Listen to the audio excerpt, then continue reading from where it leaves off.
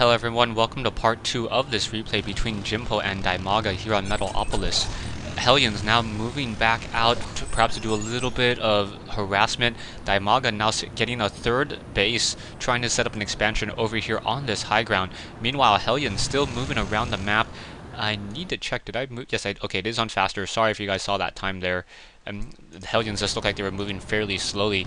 Nice positionings of those overlords by DIMAGA. So DIMAGA having a lot of just map control around this whole entire map, and now those Hellions quickly realizing that there's an expansion there. There perhaps is an expansion over here as well, and those Zerglings will be able to get a nice surround on a lot of those Hellions.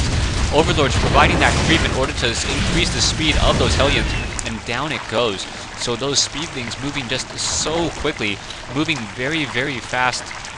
I think it's the only unit that moves very fast. There is a single Thor in play as well. Perhaps that Thor is there in order to push back any Mutalisk that may be coming in. However, I do not see any Mutalisk. We are getting some Mutalisk sitting there. So we now currently have 8 Mutalisks in the air, perhaps to do some harassment. We'll see how effective those Mutalisks are going to be. However, the Thor, now that it is smaller, is much easier in terms of being able to just move around the position itself across the map.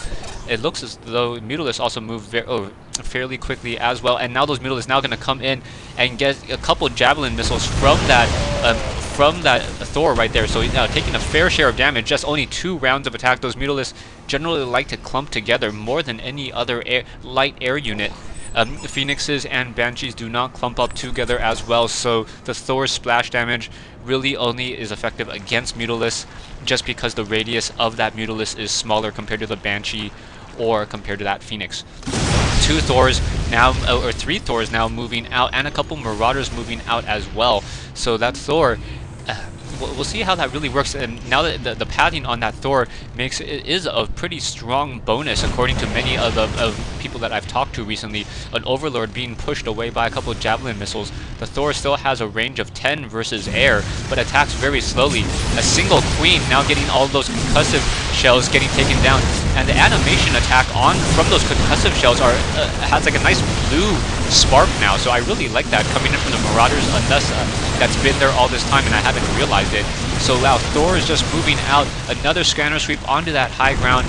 Javelin missiles trying to take down a single drone, walking straight into his death, as these Zerglings now trying to push on through. Roaches and Hydralisks getting in position. We'll see how this is all going to work out. No weapons upgrade. 1-0 weapon upgrades for those Marines. No weapon upgrades for the Thors and those Hellions. I did not see a blue attack. No, the Infernal Pre-Igniter has not been researched. A lot of Overlords in the air, so pretty much DIMAGA knows where this army is constantly coming from, and in comes this whole entire attack. One Marauder getting caught out of position now on that high ground, able to get another round of splash attack onto that army. So army-wise, both players sitting on about a 4,000 mineral army. However, the creep is increasing the movement speed of DIMAGA's units just so much that it's fairly difficult for these stores to really try to catch up and do anything here. Both players continuing to just macro up. We do have a hatchery being placed down here and here as well during this fight. Now Javelin missiles attempting to just push back some of these Overlords. If they're able to push back those Overlords, the creep spawn will not be nearly as large.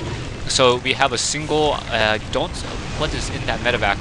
I cannot tell. Okay, a single spine crawler, and just playing a game of cat and mouse with both of these units. And here, fighting on this low ground, Hellions coming in, Stimpack, and also Marauders trying to get in position. However, the Thor gonna get focused down. Medevac's trying to heal the rest of these units. However, those Marines and those Marauders trying to fight back. Hydralisks are upgraded 1-1 against these Marauders, which are upgraded 1-0. So the Medevacs, however, providing a lot of air support and just continuing to heal these units, and Jimpo coming out on the winning end of that whole entire fight. So nicely done there. In comes a Queen to end a little bit of a hand, but now all of these units are just going to be walking single file to their death. Medevac still offering them healing as this expansion may get taken down. DIMAGA gonna lose his hatchery, and now we also have a siege tank joining in on this fight. So Jimpo will be able to use these siege tanks very well in order to just enforce an engagement. Those Zerglings will be trying to surround that siege tank, and the siege tank would probably siege up on this high ground or perhaps on this ramp. Yeah, right there. And getting a little bit of support there as that siege tank is able to fire in the comfort of this ramp over here. We have now drones being transferred over. It looks as though Marauders now coming in as well. So Jimpo, just on top of all the expansions going on across the map, so all of these units now getting taken down. A single queen getting to get shot down or get taken down as some Hydras over here, main fighting back over here, as well as Marauders just coming in, a very, very large army, just massive numbers for Jimpo. So Jimpo continuing to push, and DIMAGA is forced to say GG. Thanks for watching, thanks for listening. Stay tuned for Game 2 in this matchup. Game 2 is going to be on Scrap Station.